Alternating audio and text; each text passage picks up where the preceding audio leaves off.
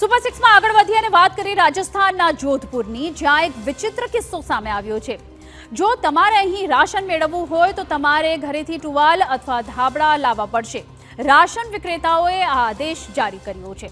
આ સમાચાર સાંભળીને તમને કદાચ અજીબ લાગશે, પરંતુ આ સાચી વાત છે।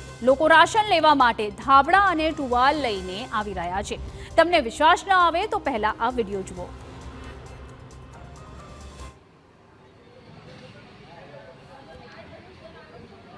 ना अंगूठा आ रहा है।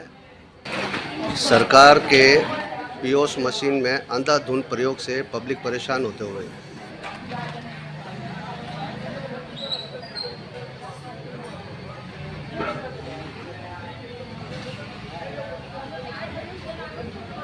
ना अंगूठा आ रहा है, ना आँख से भी बराबर आ रहा है, क्योंकि आयरस धूप में काम नहीं करता है। इसके लिए सरकार इसका कोई समाधान निकाले।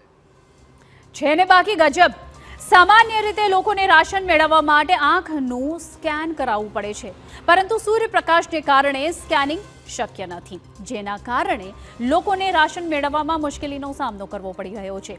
આ અંગે રાશન વિક્રેતાઓએ લોકોને પોતાના ઘરેથી ધાબળા અને ટુવાલ સાથે લાવવા આદેશ કર્યો।